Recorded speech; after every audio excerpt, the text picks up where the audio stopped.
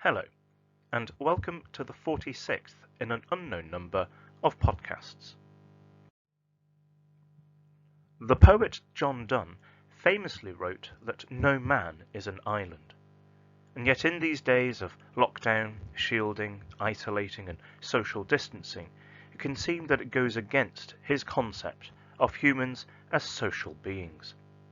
I have to say that while I've been producing these podcasts, there's been a feeling that I've been working in splendid isolation. So I'm very thankful through technology to once again welcome a guest to the podcast. This is the second episode of KMAT's version of Desert Island Discs, and I'm very glad to welcome today Mrs. McGeehan.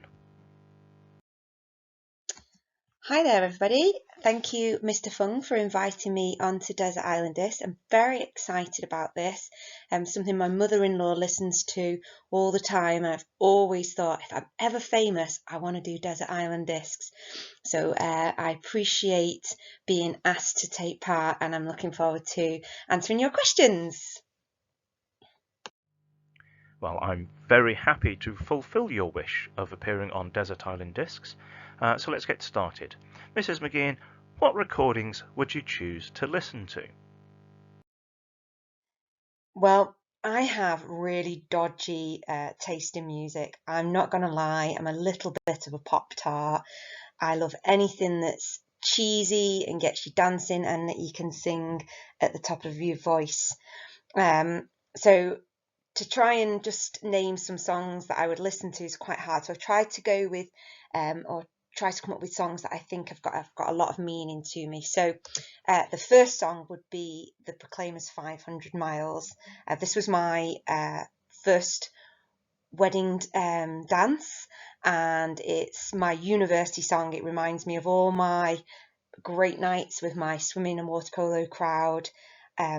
So yeah, The Proclaimers' 500 Miles would be my first choice. And then on a similar theme, I never was a Take That fan. I never really liked them that much, but when Robbie did the live at the Albert Hall, it really got me into that music. And I actually had a jazz band play at our wedding as well. And Mr. Bojangles was one of my favourite songs, and I had dance lessons and learnt a dance to Mr. Bojangles. So I would want to be able to play that. And then I love singing at the top of my voice. I'm not very good at it, but I love doing it. So I'd want something from a musical. I absolutely love Les Miserables, so I'd choose Les Miserables. And I think probably One Day More would be a great song to have whilst you are stranded on a desert island. Now, I love Les Mis as well. I'm sure one day, perhaps you and I could sing one of the many duets that feature in the show. Listeners at home, they may be able to suggest other duets as well that we could have a sing-along to. If that's the case, then please do drop me a line via Twitter. As ever, it's at Chief Vicar. Now, Mrs. McGeehan, on to the next question. Which book would you read?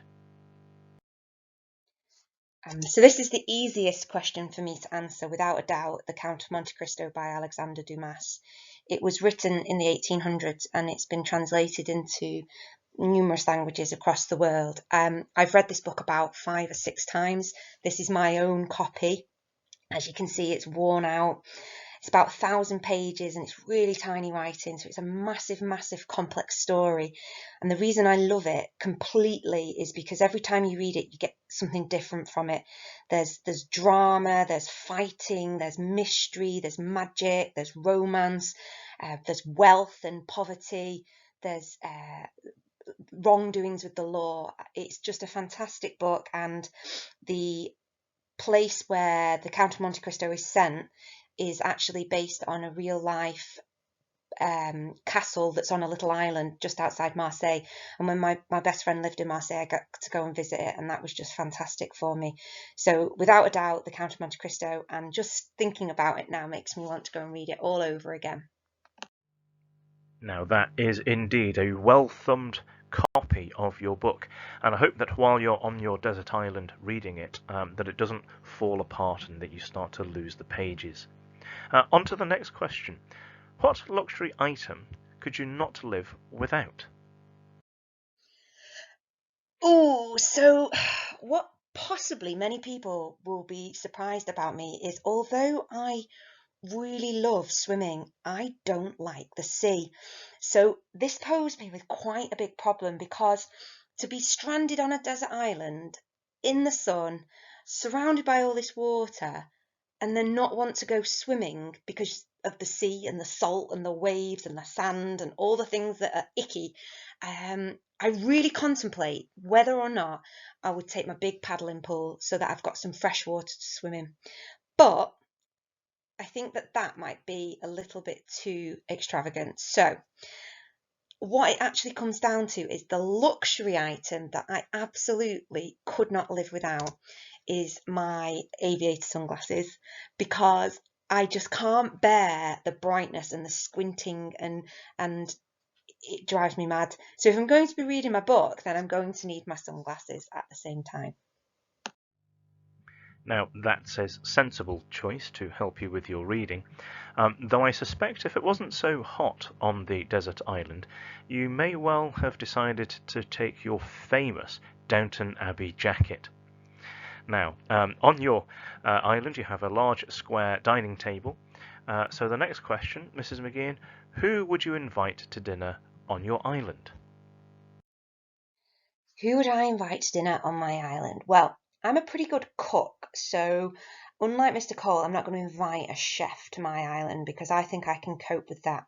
However, I'd want some people who've got some really good stories and can keep me entertained. So the first person that I would like to invite is Tom Cruise. Now, this isn't a piece of eye candy for me. The reason I'd invite Tom Cruise is I love how he does all his stunts in his movies, and I think that we could get some really good obstacle courses and some tree climbing situations going on if Tom Cruise was on the island with me. I love talk shows, and my next two guests are based on talk shows.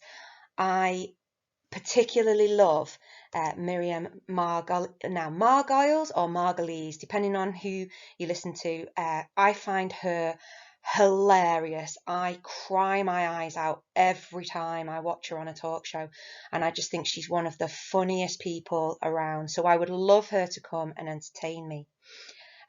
The final person that I would invite comes from a thing my sister used to say to me. She'd say, if you could meet someone and by meeting that person, you then got to meet everybody that they'd then met, i.e., through the power of a handshake, who would that be? And for me, it was always Michael Parkinson. I think over the years in journalism and interviewing, I think he has probably met some of the most interesting and famous and charismatic people going. And I would love to just sit down and chew the fat with him about what they are like and get some of the real gossipy stories. And what fabulous stories Michael Parkinson would be able to tell based on all of those guests that he has interviewed over the years. And no doubt what story he'd be able to tell of the time he was on a desert island with you, watching Miriam Margolyes tackling one of Tom Cruise's obstacle courses. Now, Mrs. McGeehan, on to your final question. What would be your message in a bottle? My message in a bottle would probably be send me some wine, um, and rescue me and take me home. But I guess that's possibly not what you are wanting us to say.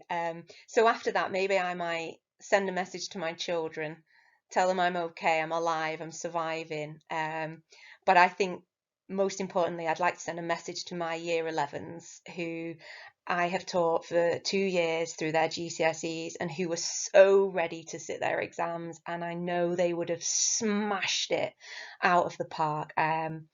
Some of them, not all of them, but some of them are now in my little year 11 transition group. And just to say, you are keeping me sane with the work you send me. It's fantastic, and I love marking it. I love receiving it and seeing that your brains are still active. And I hope with all my heart that some of you, all of you, are coming back to us in September to do your A levels, because I miss you very much. What a lovely message for your students. Thank you, Mrs. McGeehan, for being my second guest on Desert Island Discs, and I do hope that one day you and I can sing a duet. To listeners at home, if you have any of those suggestions for duets that Mrs. McGeehan and I can be singing, then do please let me know. And if you have any other comments about the podcast as well, just send them along. As always, via Twitter, @ChiefVicar. So that's it for today. And until tomorrow, as ever, be kind, take care, and stay safe.